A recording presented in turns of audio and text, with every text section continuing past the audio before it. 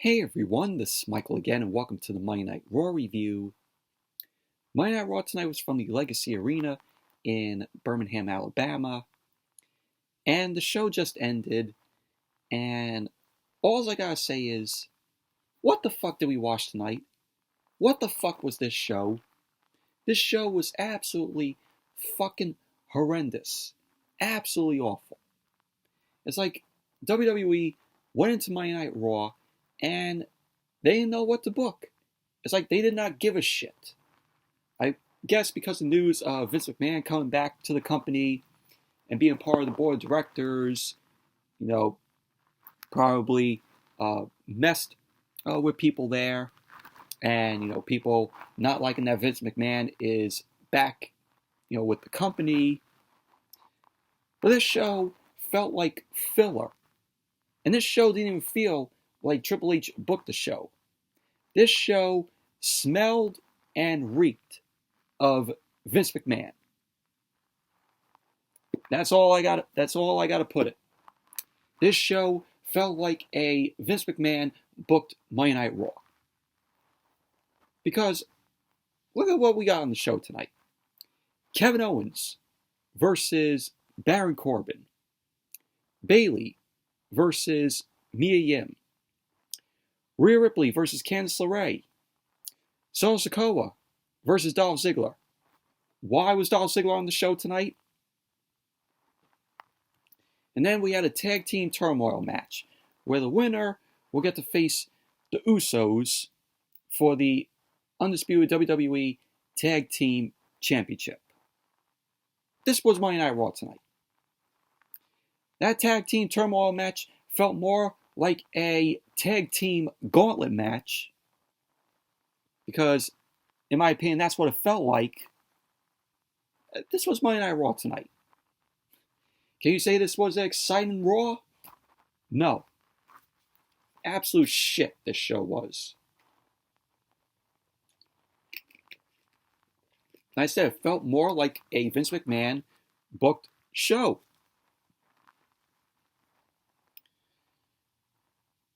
But let's jump right into the review. Monday Night Raw opened up tonight with Kevin Owens. Kevin Owens ended up making his way down to the ring. Got a big ovation from the Birmingham crowd there. So Kevin Owens got on the mic. He ended up taking the crowd. And then he got interrupted by JBL. WWE Hall of Famer JBL. JBL ended up getting on the mic. He ended up saying that since Kevin Owens isn't from the South, most people of Alabama are one generation away from walking on all fours. He ended up saying while they may believe in Bigfoot, UFOs, and the Chupacabra, no one believes, Kevin Owens can beat the Tribal Chief, Roman Reigns, to which, Kevin Owens will face the Tribal Chief at the Royal Rumble for the undisputed WWE Universal Championship.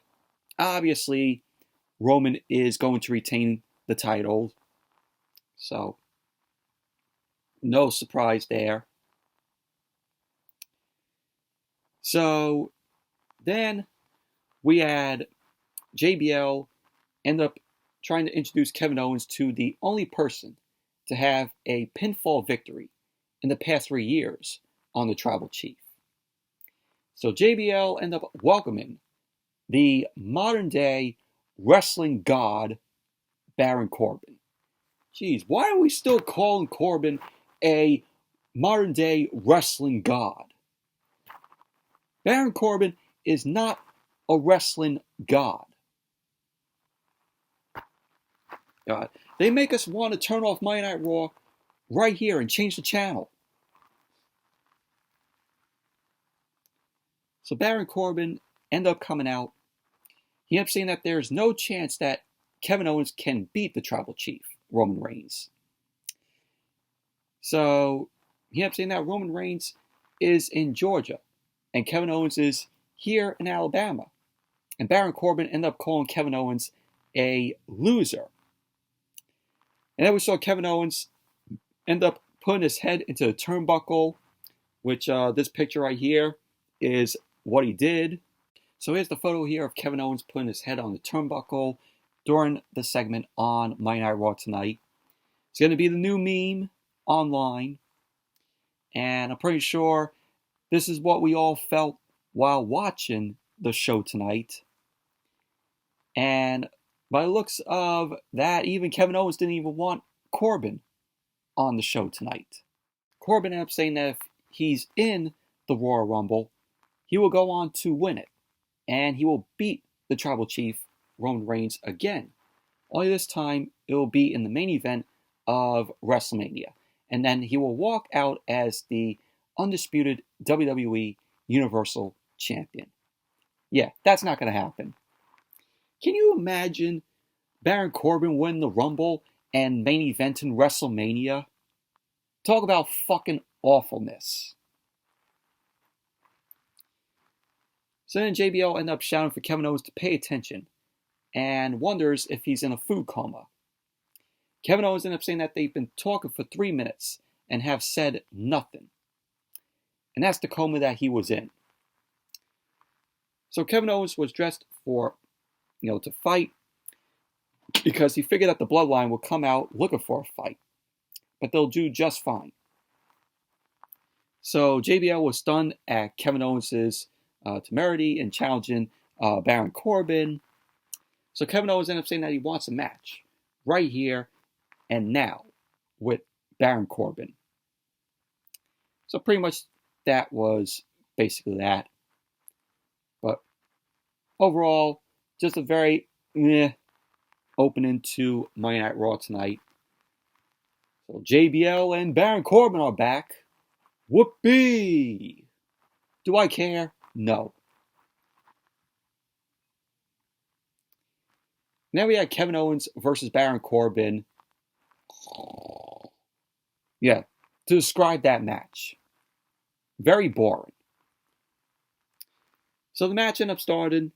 JBL quickly distracted Kevin Owens, to which Corbin then blindsided Kevin Owens, ended up stopping him down the corner. Corbin started choking Owens with his boot. Corbin then ended up putting Kevin Owens into the opposite corner. He ended up going for an avalanche, but Owens ended up moving out of the way. Owens ended up punching at Corbin, but Corbin reversed a hard whip into the corner to Owens. So Corbin then started punching Kevin Owens in his ribs, and then started punching him in his head, in Owens' head. Corbin then ended up elbowing Owens in the head, started punching him in the corner. Corbin then ended up charging at Owens, and he ended up hitting the ring post shoulder first because Kevin Owens ended up moving out of the way. Owens then ended up hitting a inverted atomic drop, and he clotheslined Corbin. Kevin Owens then ended up hitting the clothesline, knocked Corbin into the corner. Owens ended up telling Corbin and JBL to suck it, because Owens ended up doing the suck it gesture. So Corbin ended up getting out of the ring.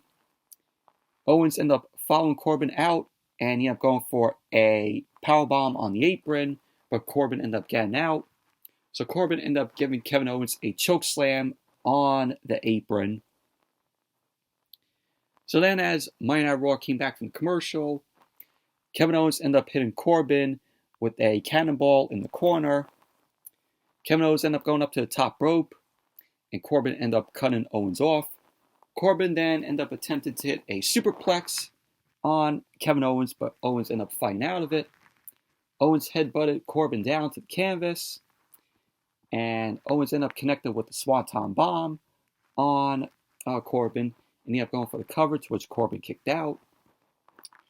Kevin Owens ended up getting to his feet, ended up hitting Corbin with a super kick.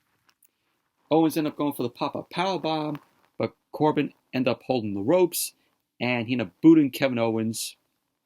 Corbin ended up going for a clothesline, but Kevin Owens ended up cutting Corbin off. Corbin ended up countering back with a DDT, and he ended up going for the cover, to which Owens ended up kicking out. So Kevin Owens fought back at Corbin. Corbin countered with a deep six on Kevin Owens, and he ended up going for the cover, and Owens kicked out. And at this point, Corbin was irate. Corbin started punching away at Owens. Corbin ended up pulling Kevin Owens up to his feet, ended up punching him down to his knees. Corbin was then talking trash to Owens. Owens ended up catching Corbin, ended up hitting the stunner to him. And so Owens ended up going for the cover. And there you go. Kevin Owens ended up winning the match. Post-match, Owens got out of the ring, and he noticed Jey Uso making his way down to the ring through the crowd. So Jimmy Uso then blindsided Kevin Owens. So Sikoa ended up also coming in, being down on Owens. So we had the Bloodline end up triple teaming on Kevin Owens. So they end up grabbing a chair. Owens fought back. So Sikoa ended up giving Kevin Owens a super kick into the timekeeper's area. Kevin Owens then grabbed Mike Rome's shoe. And Kevin Owens ended up hitting Jay with Mike Rome's shoe. Kevin Owens ended up throwing a chair at Jimmy and took out Solo Sikoa. Owens ended up hitting the Bloodline with the chair. And Kevin Owens ended up sending the Bloodline running. So Solo Sikoa was irate. He ended up trying to charge into the ring. But the Usos ended up holding Solo Sikoa back. And pretty much Adam Pearce ended up running out with officials to have the Bloodline go to the back. And pretty much that was basically that. But overall, very boring match between Kevin Owens and Baron Corbin. Did not care for it.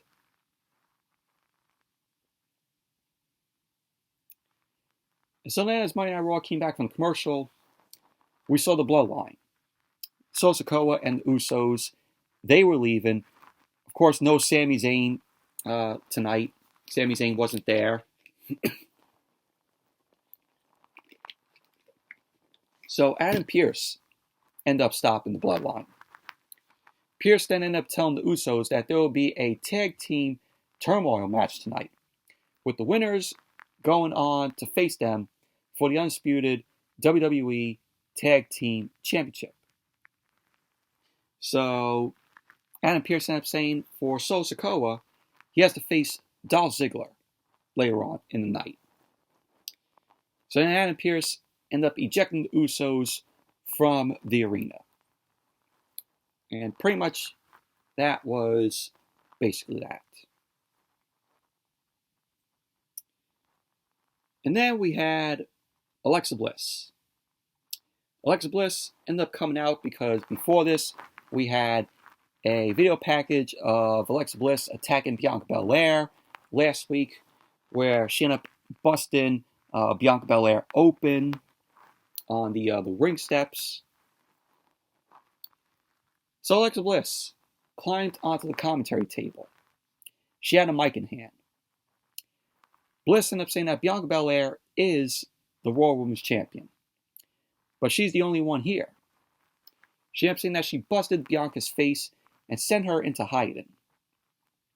She ended up saying that Bianca doesn't need to be afraid of Bray Wyatt or Uncle Howdy, and that Bianca needs to be afraid of her. Of course, Alexa Bliss. Bliss ended up saying that she is the face of evil, and that she doesn't feel bad about what she did. She ended up saying that she hasn't felt this good in a really, really long time. Bliss ended up saying that she has taken control, and she's the one in charge. She ended up saying that she's got the whole world in her hands, and won't be afraid to tear more scars into Bianca's face to take the Raw Women's Championship. So then all of a sudden, we've seen flashes on the screen with Bray Wyatt, and then a swing set was filmed. The swing set was filmed in black and white. So then Uncle Howdy appeared on the screen. And Uncle Howdy ended up asking if Alexa Bliss feels in charge. So Alexa Bliss was sneering at the entrance ramp. And then we had Uncle Howdy. Uncle Howdy ended up making his way out, stood on the ramp laughing at Alexa Bliss, and then all of a sudden, it went to commercial break. How fucking lame. This was absolutely fucking lame. This whole thing. With Alexa Bliss coming out there. And Uncle Howdy coming out there and just, oh, go to commercial. Awful. Very, very lame.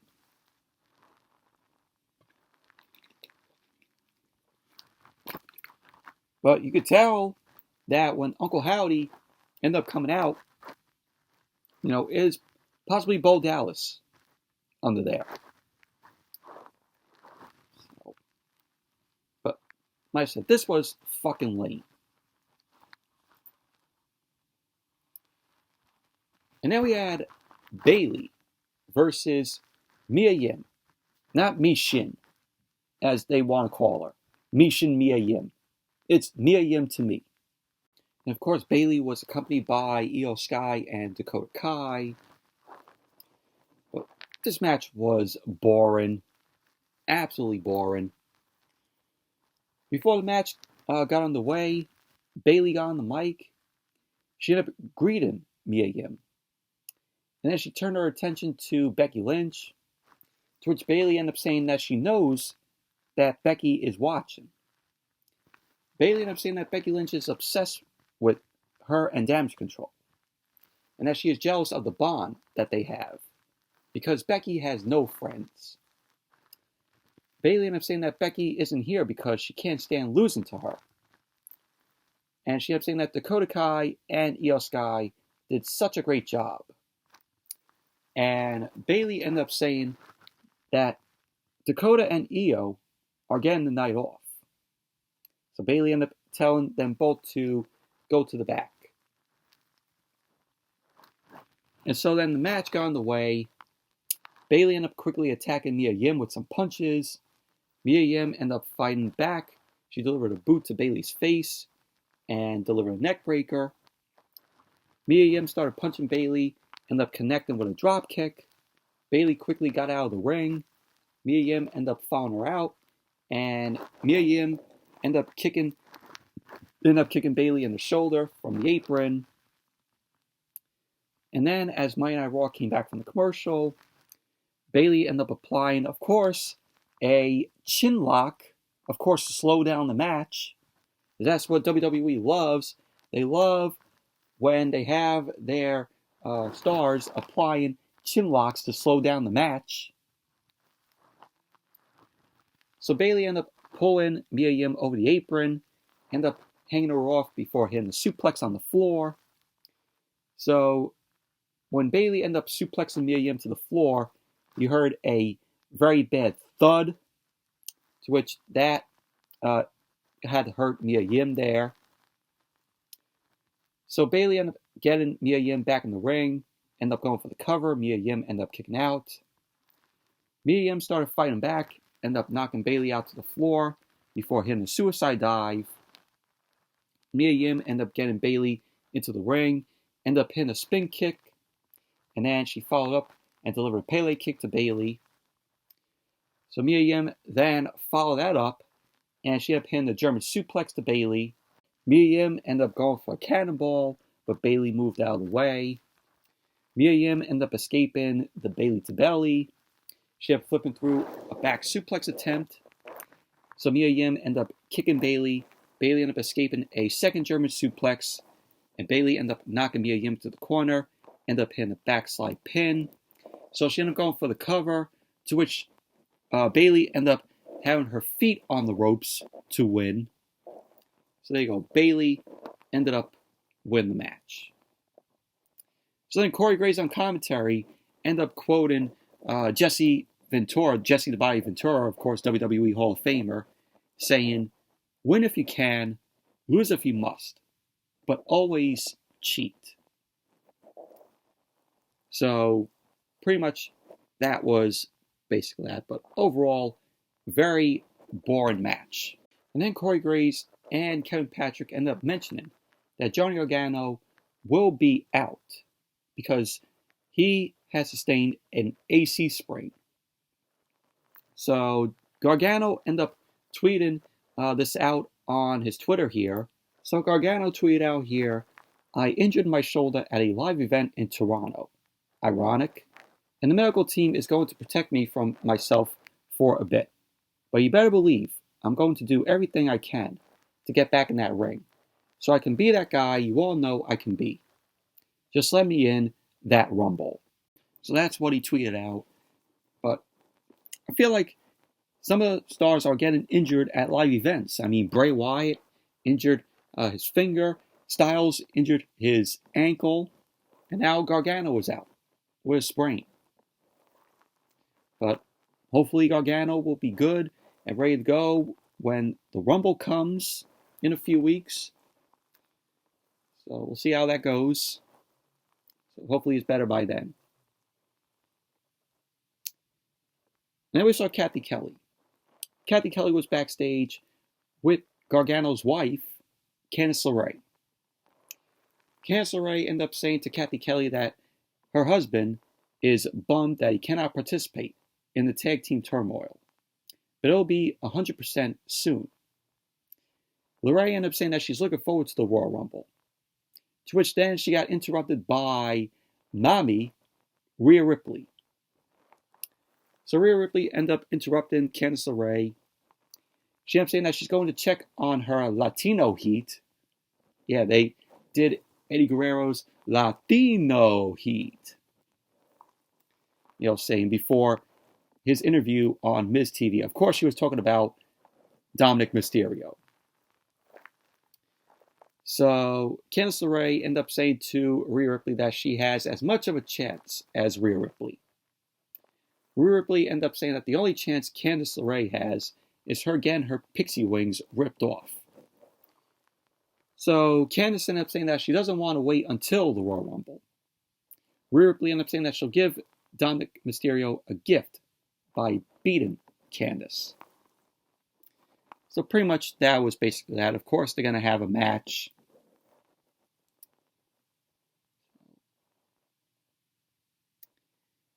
And then we saw Austin Theory. Austin Theory ended up coming out, of course, the United States champion. Austin Theory made his way down to the ring. And as soon as he got into the ring, he got on the mic. He ended up shouting, "The champ is here." See where he went there? Teasing about WWE possibly doing a match with Austin Theory versus John Cena. So with Theory shouting, "The champ is here." So Austin Theory ended up saying that they need to get used to this being forever. Austin Theory was like, where's their guy? Where is Seth freaking Rollins? He ended up saying that Rollins thought he was going to beat him, but he stops when he becomes angry. So the crowd was chanting, "What?" at Austin Theory. And then they started chanting for Rollins. Theory ended up saying Rollins isn't here. He ended up saying that Rollins limped away with his old knee that couldn't keep with him. He ended up saying that Rollins was taken to school by the United States champion, Austin frickin' Theory. So then Seth Rollins' music ended up hitting. Seth Rollins then ended up coming out as the crowd started singing away to his theme music. Rollins began dancing around, and he had a crutch in hand. He was dancing around with the crutch.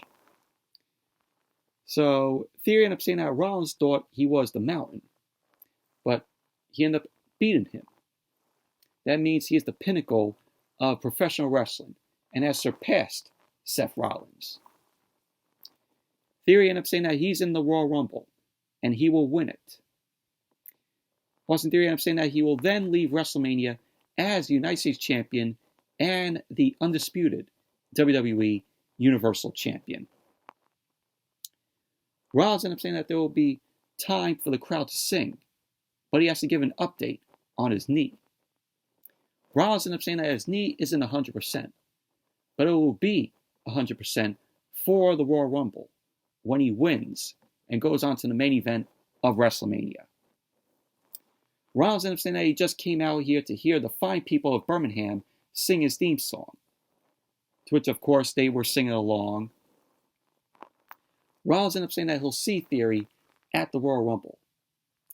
And then Rollins called Theory Kid. Rollins then ended up leaving the crutch behind, and he ended up leaving laughing. So Theory had Rollins' crutch. So then all of a sudden, the almighty Bobby Lashley's music ended up hitting. Lashley ended up making his return after being suspended. So he got a big ovation from the crowd there. Lashley ended up walking by Rollins, and he ended up heading into the ring. Theory then warned Lashley not to get into the ring. So Lashley did not give a fuck, and he ended up getting into the ring. Lashley ended up ducking a crutch shot from Theory, and then Lashley speared the hell out of Austin Theory. Lashley ended up throwing Theory over the top rope. And then Lashley got on the mic, and he ended up saying that it doesn't matter who was in the Royal Rumble, because he is back, and he is going to win it.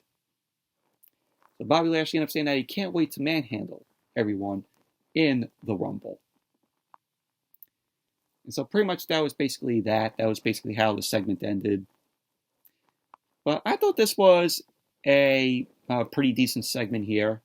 You know, Austin Theory coming out there, you know, United States champion, Seth Rollins, you know, coming out there, crowd singing away to his theme song. And then Bobby Lashley making his return, you know, saying that he's confident that he will win the Royal Rumble.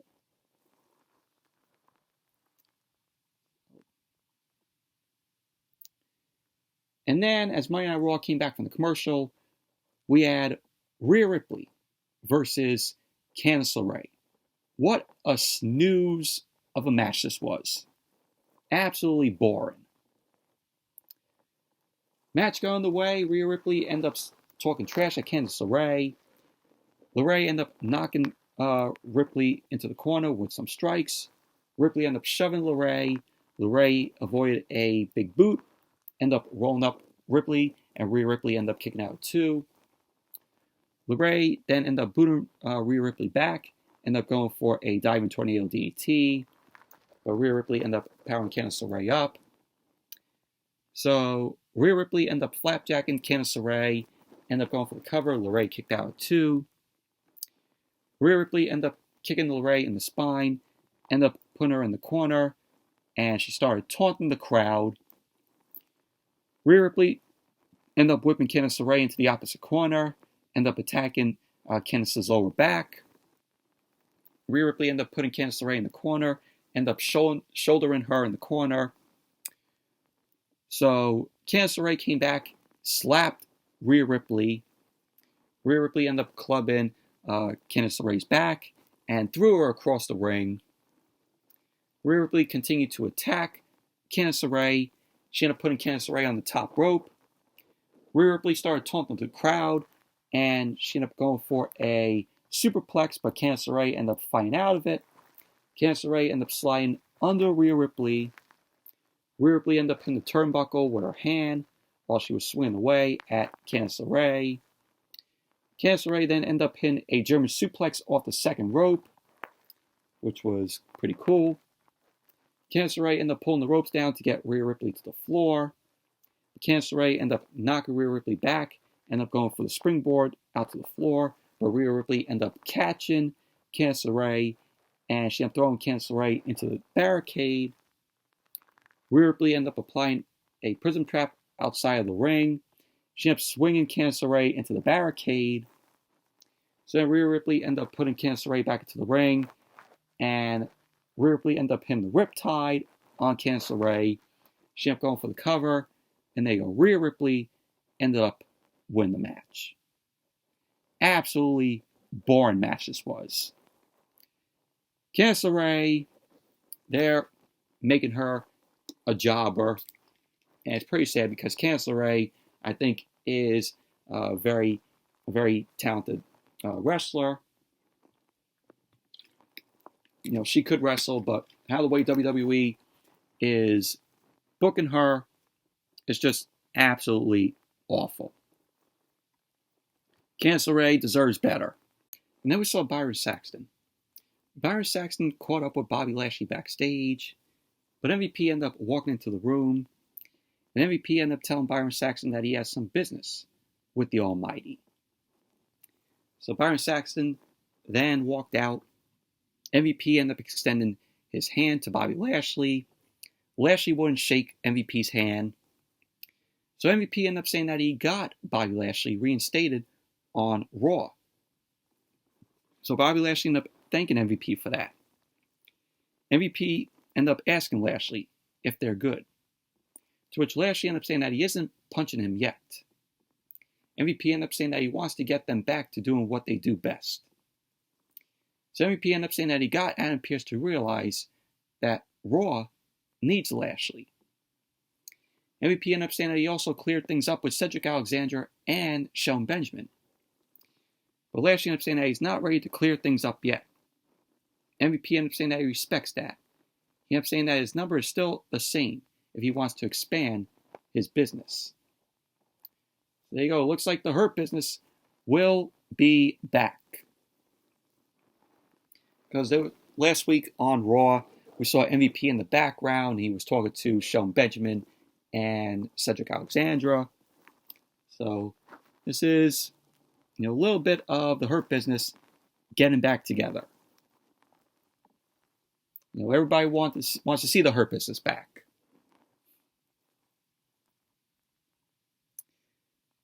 And then we saw, Money in the Bank. They advertised Money in the Bank for this year, and it's going to be in London. They're doing Money in the Bank in London, and it's going to be at the O2 Arena. So London is getting Money in the Bank this year. And then we had the video package from Cody Rhodes, his recovery. This one, he talked about his match at Hell in a Cell with Seth Rollins, of course, which was inside Hell in a Cell, which that was a good match. And I still give props to Cody Rhodes for going out there and having a match with a torn pec.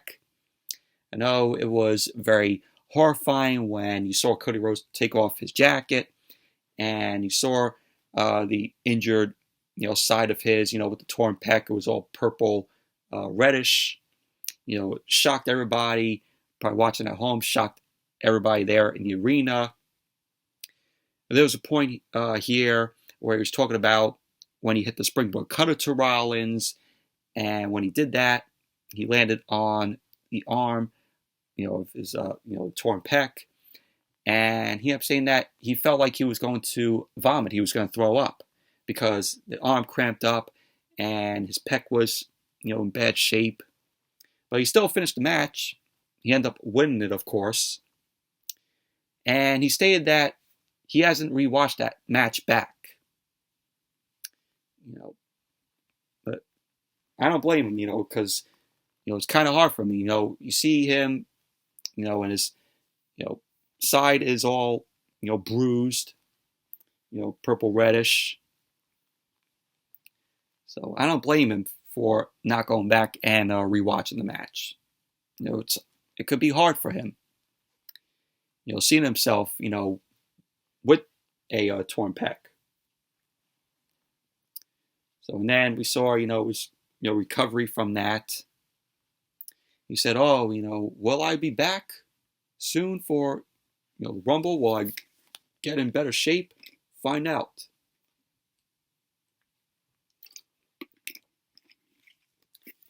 So pretty much that was that. Good package from Cody Rhodes, showcasing his recovery. And then we saw Kathy Kelly. Kathy Kelly was backstage with Dolph Ziggler.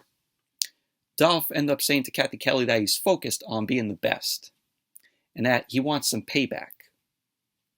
So then Mustafa Ali ended up walking up to Dolph Ziggler. Mustafa Ali doesn't want to stay in catering. So Mustafa Ali ended up saying to Dolph that he just heard from Adam Pearce that Dolph was told about teaming with him in the tag team Turmoil, but he declined to face Sikoa. Mustafa Ali ended up saying that Dolph owes him after interrupting his United States Championship match. So Dolph ended up saying to Mustafa Ali that this isn't personal, but it's not about him. So pretty much that was that. And as Monday Night Raw came back from the commercial, Byron Saxton was backstage with Bronson Reed. And The Miz quickly walked up to Bronson Reed. Miz ended up saying that they have each other's backs. He ended up saying that if you mess with one of them, you mess with both of them. So Bronson Reed didn't even say anything. Miz invited Bronson Reed on Miz TV. But Bronson Reed ended up saying that if Miz wants something from him, he needs to pay. And that they aren't friends. So Miz ended up laughing. And pretty much that was basically that. But Bronson Reed, he's very good wrestler, very talented. So good that they brought him back. And then we had Solo Sikoa versus Dolph Ziggler. Which, this was just a very meh match in my opinion. Of course, very predictable in the end. We all knew what the outcome was going to be. So the match got underway. Dolph immediately ended up attacking Sikoa. Sikoa ended up shoving Ziggler off. Ziggler ended up jumping back on him, to which Sikoa ended up shoving Ziggler away again, ended up shoulder tackling him. Dolph ended up shouldering Solo Sikoa, ended up snapping him off the ropes. Dolph ended up jumping on Sikoa's back for a sleeper hold, and Sikoa ended up shoving him off. Sikoa ended up hitting an uppercut that took down Dolph Ziggler. Sikoa ended up attacking Dolph, ended up stomping on his midsection. Sikoa ended up hitting a falling headbutt to Dolph, and he ended up going for the cover. Dolph kicked out too. Sikoa ended up grabbing Dolph by his hair, ended up applying a nerve hold. Dolph ended up fighting up, ended up hitting a jawbreaker to Sikoa. Dolph ended up leaping up, started punching Sikoa before trying to hit a neck breaker. Sikoa ended up shoving him off, ended up going for a slam, but Dolph ended up sliding off of Sikoa. Dolph ended up drop kicking Sikoa, and he ended up going for a spike DDT, but Sikoa ended up holding Dolph up. He ended up throwing him over the top rope. So then, as Monday Night Raw came back from the commercial, Solo Sikoa was in control of the match, ended up hitting a nasty hip attack to Dolph's head, and then he ended up going for the cover, to which Dolph kicked out too. So Sikoa ended up following up with a Samoan drop to Dolph, and he ended up going for the cover, to which Dolph ended up kicking out. Dolph ended up fighting back, ended up booting Sikoa in the head. Sikoa ended up going for an avalanche, but he ended up pinning his forehead on the ring post because Dolph Ziggler ended up moving out of the way. Dolph then connected with a spike DDT to Sikoa, and he ended up going for the cover, to which Sikoa kicked out. So we had Dolph end up punching away at Sikoa, and Sikoa ended up knocking Dolph back. He ended up lifting him. Dolph ended up sliding off, ended up going for the zigzag to Sikoa. He ended up going for the cover. Sikoa kicked out. So Dolph ended up continuing to attack Sikoa, ended up going for the super kick, but Sikoa ended up shoving him off. Dolph then ended up going for the Famouser, and Sikoa ended up lifting Dolph up, and he ended up hitting a Samoan spike out of midair to Dolph, and he ended up going for the cover, and there you go. Solo Sikoa ended up winning the match. Post-match, the Usos ended up coming down to ringside to celebrate with Solo Sikoa, even though they were kicked out of the arena by Adam Pearce earlier in the night. So they still managed to come back in. So overall, just a very meh match this was.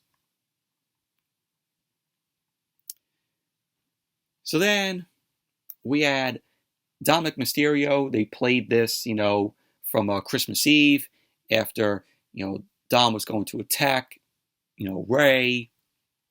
And then Rey ended up calling the police. And Dominic went to jail for one night. And that showed, Dom in prison last week. And Dom ended up saying that prison changed him. So pretty much that was basically that. So we had Miz TV, with Dom being on it. So then as Monday Night Raw came back from the commercial, Kathy Kelly was backstage with Bayley. Bayley ended up telling Kathy Kelly that Becky Lynch got the message when she beat Mia Yim. Mia Yim ended up coming up to Bayley. She ended up saying that Bayley is just a cheater. Bayley ended up saying that Mia Yim stepped up for Becky Lynch. But Becky won't do the same for her. So then Damage Control ended up attacking Mia Yim, and pretty much that was basically that. And then we had Miz TV. Oh, great. Great. Who is looking forward to this? So the Miz ended up making his way down to the ring. He welcomed everyone to Miz TV. More like, go take your bathroom breaks. Miz ended up saying that he had great guests in the past, like John Cena and the Tribal Chief, Roman Reigns. He ended up saying that he's looking into the justice system. Miz then introduced Dominic Mysterio, and Dom made his way down to the ring, and Dom was wearing a bandana over his face. It was a purple bandana. So he came down there, and Dom was accompanied by, of course, Finn Balor and Rhea Ripley, and of course Damian Priest. So Miz ended up thanking Dom for coming out with the entire Judgment Day. Dom ended up saying that he learned in prison that you have to run with your crew. So Miz ended up wanting to know what it was like in prison for Dom. But Dom ended up saying that snitches get stitches. So Rhea Ripley and Finn Balor ended up assuring Dom that he's safe on the outside. Dom ended up telling Miz to imagine being with the world's most dangerous people and not knowing where your next meal will come from. He ended up saying that you either push or be pushed. So Dom did what he had to do in order to see Rhea Ripley, his mammy, again. He ended up saying that you have to grab life by the balls, like Maurice does to The Miz. So Priest ended up telling Dom to mention the story about scaring someone straight. So Dom ended up telling a story about slapping his bunkmate to let him know not to mess with him. He ended up saying now he knows how Martha Stewart feels. So The Miz ended up mentioning that he has sources that said Dom was only in jail for a few hours. To which Damian Priest ended up asking The Miz what he means by that. So Miz ended up saying that maybe his sources were wrong. Damian Priest ended up saying that it's time for them to win the tag team turmoil and hope the Usos watch. So then we had Luke Gallows and Carl Anderson end up coming down. So they ended up taking on the Judgment Day, which was Finn Balor and Damian Priest. This was the start of the tag team turmoil, where the winners will get to face the Usos for the undisputed WWE Tag Team Championship. Pretty much this was basically a tag team gauntlet match. So the only reason why they put this tag team turmoil is because it's another case that WWE did not know what else to book for the show tonight. So they're just like, oh, let's do a tag team turmoil, but let's disguise it as a gauntlet match. But this tag team turmoil was the main event tonight. So Balor started off against Carl Anderson. Balor ended up attacking Anderson. Anderson quickly ended up taking Balor down with a back elbow. Anderson ended up attacking Balor in the corner. Balor turned him around and he delivered a chop to Anderson's chest. Balor ended up whipping Anderson into the opposite corner, delivering another chop to him. Anderson ended up kneeing Balor back, ended up putting him in the corner. Balor ended up booting Anderson back, ended up hitting the ropes, and Anderson connected with a spin kick to Balor, to which he ended up going for the cover, and Balor kicked out too. So Gallows ended up tagging in. So both Gallows and Anderson ended up sending Balor into the ropes, and they ended up hitting a double team shoulder tackle to Balor. Gallows ended up elbowing Balor, ended up taking Anderson back in. Anderson ended up kicking Balor in his midsection, and he ended up chopping at his chest. Gallows was tagged back in. He ended up punching Balor. Balor got away and tagged in Damian Priest. Gallows ended up fighting him, and Damian Priest ended up quickly fighting back. So then we had, later on, we had the OC being eliminated because Balor ended up rolling Carl Anderson up. So, and that was only because Anderson ran, and then Dom ended up grabbing his feet. So that gave Balor a chance to roll Carl Anderson up for the OC to be eliminated. And so Cedric Alexander and Shelton Benjamin end up making their way down. Of course, Balor and Damian Priest end up fighting them. Cedric Alexander and Shelton Benjamin were eliminated because Balor ended up hitting Cedric with the coup de grace. So there you go. And then we had the Alpha Academy end up coming out. So they were the next to face Balor and Damian Priest, Chad Gable and Otis. And there was a point where Otis ended up going for the Vader Bomb. And Balor was holding Chad Gable down. So Otis ended up hitting the Vader Bomb on Chad Gable and Balor. So Otis couldn't believe it. He couldn't believe that he hit the Vader Bomb on his partner, Chad Gable. So Priest ended up super kicking Otis, ended up hitting a vicious clothesline to Otis, and he ended up going for the cover. And there you go. The Alpha Academy was eliminated. And so because of Otis hitting the Vader Bomb, it injured Balor. Because we had officials and doctors and Adam Pearce ended up coming out. They ran down to check on Balor. Balor was in a lot of pain. He was like, "Oh, my ribs. I hurt my ribs." So Adam Pearce ended up saying that the Judgment Day have to do a medical forfeit. So Priest ended up saying that they'll have to forfeit or Dom can take Balor's place. So Dom ended up looking concerned. Damian Priest unconvincingly says that will be okay. So Balor was medically disqualified. So Dom and Damian Priest were the ones to face the Street Profits next. So we had Dom and Damian Priest versus the Street Profits, Angelo Dawkins and Montez Ford. So in the end, the Judgment Day end up winning, where Dom ended up pulling Montez Ford into the ring with a roll-up, and Dom ended up getting his feet on the ropes. So there you go. The Judgment Day end up winning the match. Dom and Damian Priest.